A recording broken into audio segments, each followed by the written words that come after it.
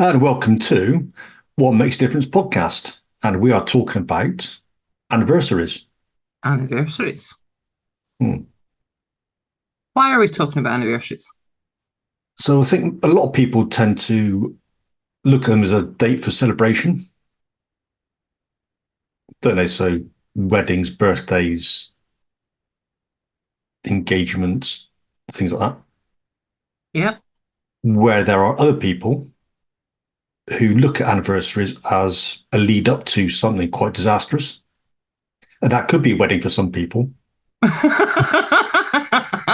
Well, maybe the anniversary sits in both camps. It was at one point a welcome event and now isn't. Yeah, possibly. But in this context, Ali and myself, we worked with a couple of people, or quite a few people actually, Mm-hmm. and they'll look forward, or not really look forward, but they'll be anticipating the anniversary of an event that's quite close to them.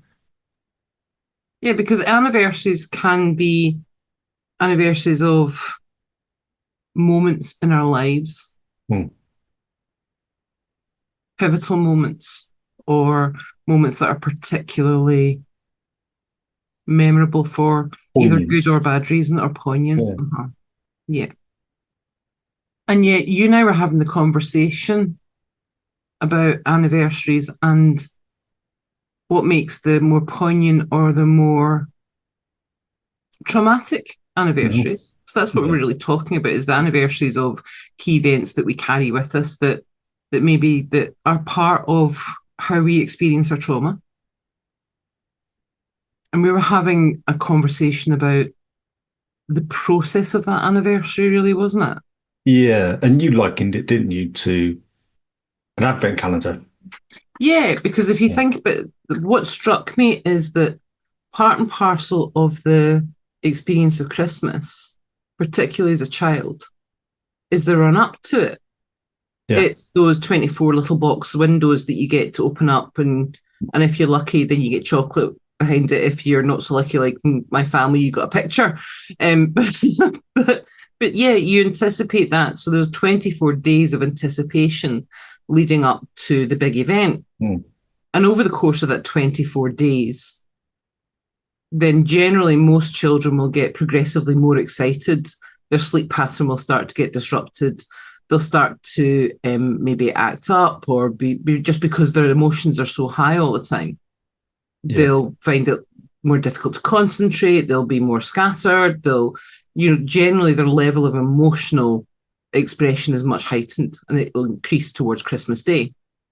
Ironically, after Christmas Day, normally that's where there's almost like the emotional crash, isn't there, post Christmas and the Mhm. Boxing Day slump, Yeah. which children experience as well as adults.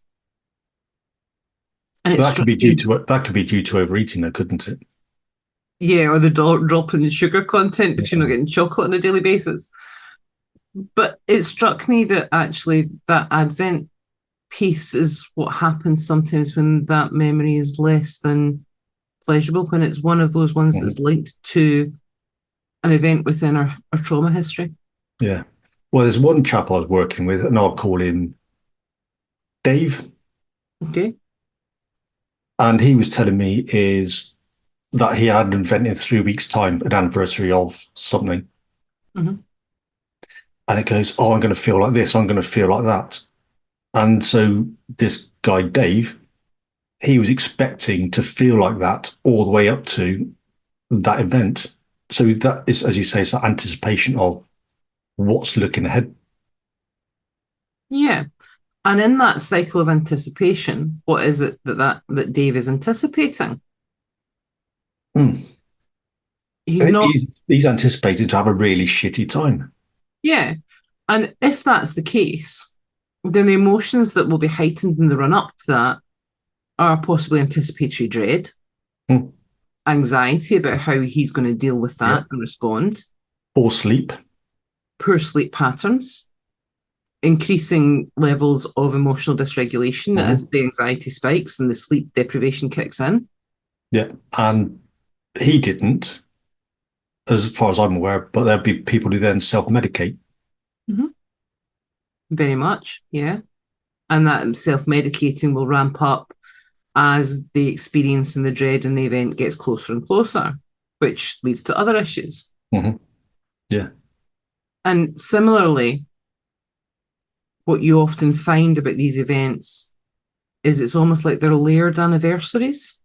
Mm. So it's not just an anniversary of the original instigating event by that point. It's the anniversary of every other bad experience you've had on that date that layers in on top. Yeah, yeah. Because we were also having a chat about, weren't we, how we experience our anniversaries as well. Yeah. Yeah. Mm-hmm. And as I was saying to you, Ali, when I was growing up, so I had to look after chickens, rabbits, cattle, etc.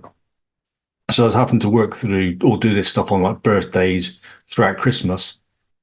And so anniversaries really don't mean a lot to me Mm. because it's just another normal day. Well, similarly, I spent probably about 8 years working in the license trade. So for the bulk of those, Mm. very similarly, I was working solid from all over the festive period. And that meant that actually Christmas and New Year for me for a long number of years were 16-hour shifts and constant state of exhaustion. And it would mean that it was something that happened to everybody else and not to me, because by the time that was all over, I remember meeting my family and them going, do you want presents? And I was like, no, I just want to sleep. Mm. It's actually, I'm so over it, it's unbelievable because that's all I really crave right now is sleep. Yeah. Yeah. Hmm. So I wonder if that is partly why I don't experience those anniversaries like other people do. Quite possibly. Uh-huh. Mm. Well, if you think about it, Christmas is a layered anniversary, isn't it? Because you experience every other Christmas you've had at the same time. Yeah. That's the nature of an anniversary. Mm. They layer. So, like you and I, if our experiences of things like Christmas are Just it's sore another day. feet, and just another day, and how soon can this day end? Because, Mm-hmm. yeah, I'm knackered. Then the anticipation of that, our advent calendar doesn't work the same. No, it's lowered, isn't it? Yeah. Anticipation rather than that heightened expectation of, oh, look, this is what's ahead. And it's just like, not really bothered by it. Mm-hmm. Yeah. But that also, the reason we are having this conversation is that if we are layering our experiences, then that means in a way each subsequent anniversary becomes more weighted, it becomes heavier. Mm. Yeah. And we've And the also kind of, anticipation. yeah, we also kind of touched on it as well, is having that expectation about what's laying ahead. Mm-hmm. And bits into Christmas, so you know what the process is for Christmas and whatever else. Get up and unwrap the presents. So is that routine in place as well, isn't there? Yes, So we have that routine of doing all these normal things, all these usual things leading up to what's coming ahead. very much like those Advent windows. Those are Mm. the routines that build towards the actual event.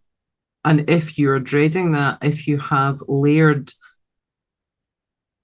negative experiences, layered negative outcomes from that anniversary, then you're anticipating not only the anniversary, but the layered negative events, a replay of that, because these now sit on top of that original anniversary as subsequent pages in that book of that Yeah. experience. And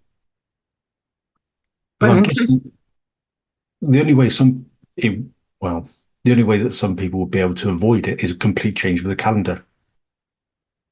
maybe yes and maybe no. Mm. And maybe that's just about what we choose to fill our lives with and what we Yep. choose to focus on. Because I know from people that I work with, I've had some conversations where I am aware that they may be coming up to particularly poignant points in the calendar. Mm-hmm. Especially Because around that's, Remembrance Sunday.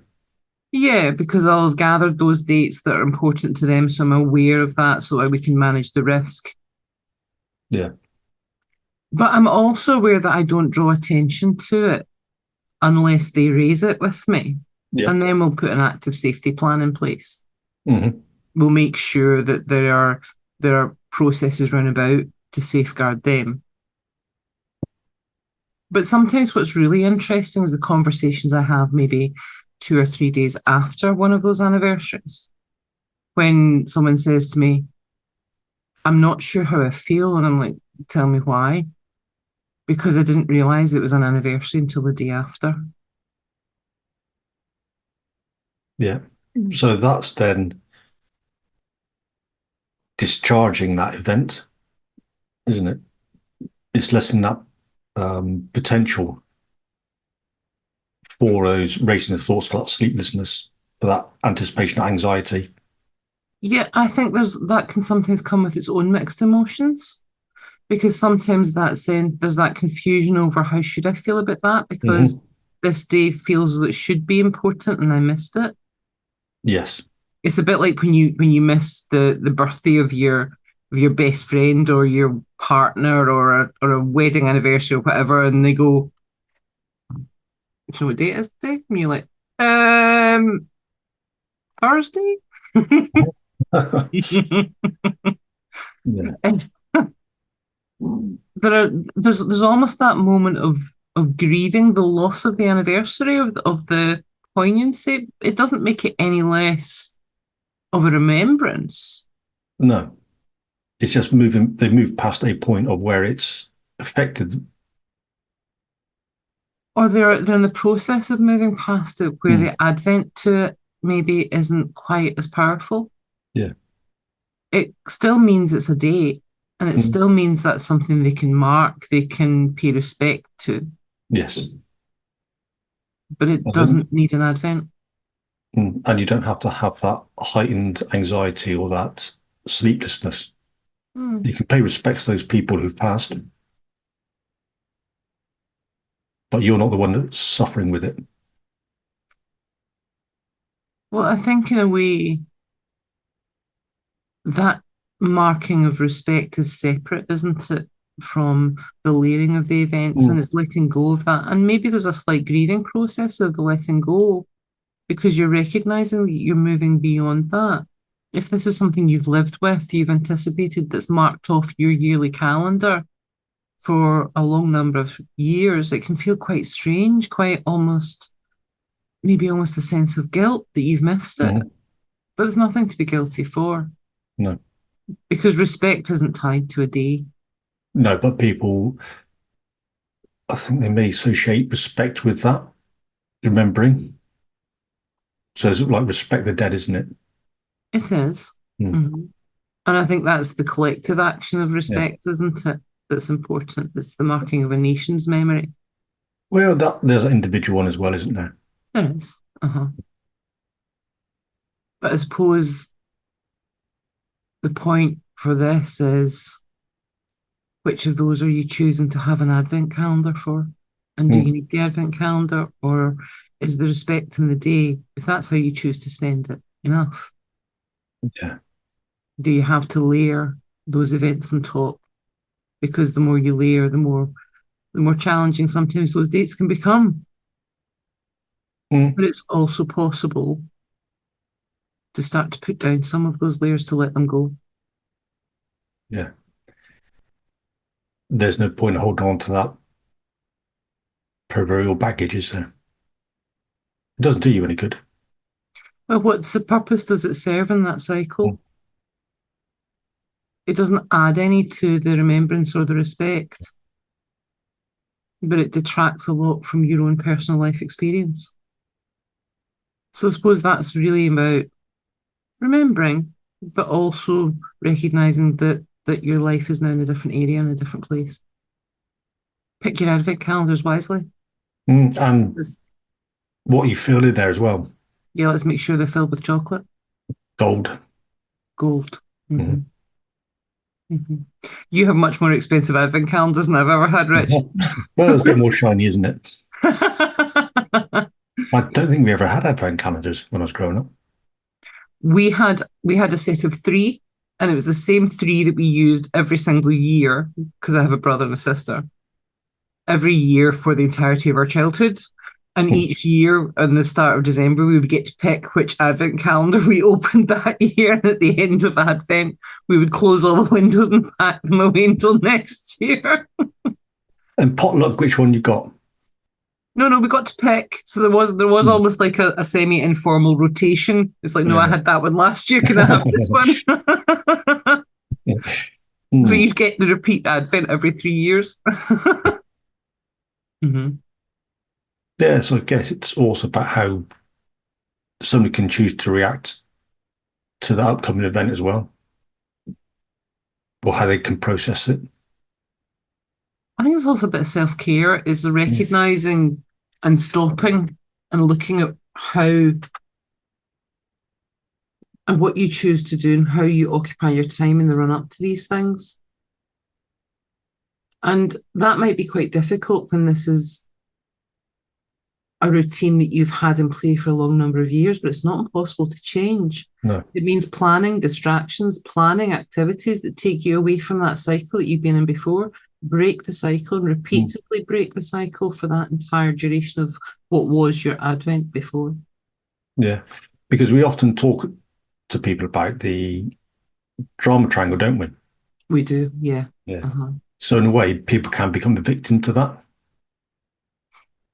Well, I think we unintentionally sometimes end up in that victim mode. We don't want to be there. It's not a place we want to spend a No. lot of time in, but we unintentionally cast ourselves in that with those Advent calendars. Yeah. Yeah. And in a way, sometimes maybe part of that cycle is us almost moving repeatedly between victim and persecutor. We persecute ourselves for not fulfilling the Advent calendar this year. Yeah. Or having other successes in our lives, maybe. Yeah, maybe we're also blaming ourselves for not doing enough, not stopping what was happening. So, yeah, as you say, there could be a lot of guilt associated with that.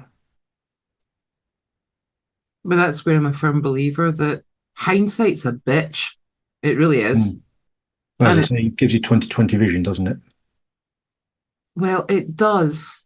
However, it's a bit of a false 2020 because when we apply hindsight and when we operate from our beliefs and our judgments of self from a position of hindsight, what we then do is pass judgment on ourselves based on information we now have that we didn't have before. Yeah. We are literally presenting evidence that there was no way for us to know beforehand. Mhm. Because let's face it, who actively chooses a bad decision? Yeah. Well, as we were talking to Marty, weren't we? About moral injury and how it affected his family and how he now has an understanding of how his father was. So I think we can then move from that victim, self-persecutor or persecutor into an understanding and an acceptance And I of what think happened. that word understanding is really important. It's critical in that, I think, because a lot of people will focus on forgiveness. But sometimes I think actually that's more about understanding than it is about forgiveness. If we understand that we had made the best choice that was available to us at the time, what felt like it was the only choice, regardless of the information that comes to light later on, it doesn't change the decision-making process that individual went through at that point in time. No. Because that information wasn't there. And if that information was there, could they have done anything different? Who knows? Nobody will ever know. Nobody will ever know. You're working in a point of never, never then. It's that what entirely... if, what if, what if? Yeah. And At which point... And what if the moon was made out of cheese? And what if there was a man on the moon? Well, there You mean wasn't it's one. not? It's not, Rich? Are you telling me it's not? Yeah. Well, you just ask Orson Gromit. I swear it's a long catalogue of childhood beliefs that you just constantly rip away from me, Rich. I do. What to do with that? Yeah. But that decision-making process, a lot of people would maybe question why I'm saying that, but you always make the best decision available to you. especially if they're looking at maybe negative outcomes, maybe things like addictive behaviors, self-medicating, that sort of stuff. On some level, that will be the best option that's open to you at that point in time, Mhm. given what you are currently experiencing. It Yes. doesn't make it the ideal outcome. It doesn't make it the desired outcome. It just means that at that point, your brain is telling you that is the only and best solution for you at that point in time. Yep. So then it's moving from that drama triangle, isn't it, to the karma triangle. So as you just mentioned there, Ali, is the outcome, Mm-hmm. and it's the action and the feedback. Mm-hmm. So what is an outcome that you want from this anniversary rather than feeling like shit about it? What's the action you can take to then have a better outcome for yourself? Well, that could be something as simple as choosing how you spend your Advent period with it. Mm. Is that where you go, well, actually, if I'm going to mark it, I'm going to be conscious about how I mark it. I'm not just going to work up to it and hope for the best or anticipate the worst. Mm. I'm going to do something conscious to mark it. Now, you could argue that Remembrance Sundays like that's a conscious choice. Yeah. And so then if that person does have a routine, so what action can they change Mm-hmm. from that routine to a slightly different one?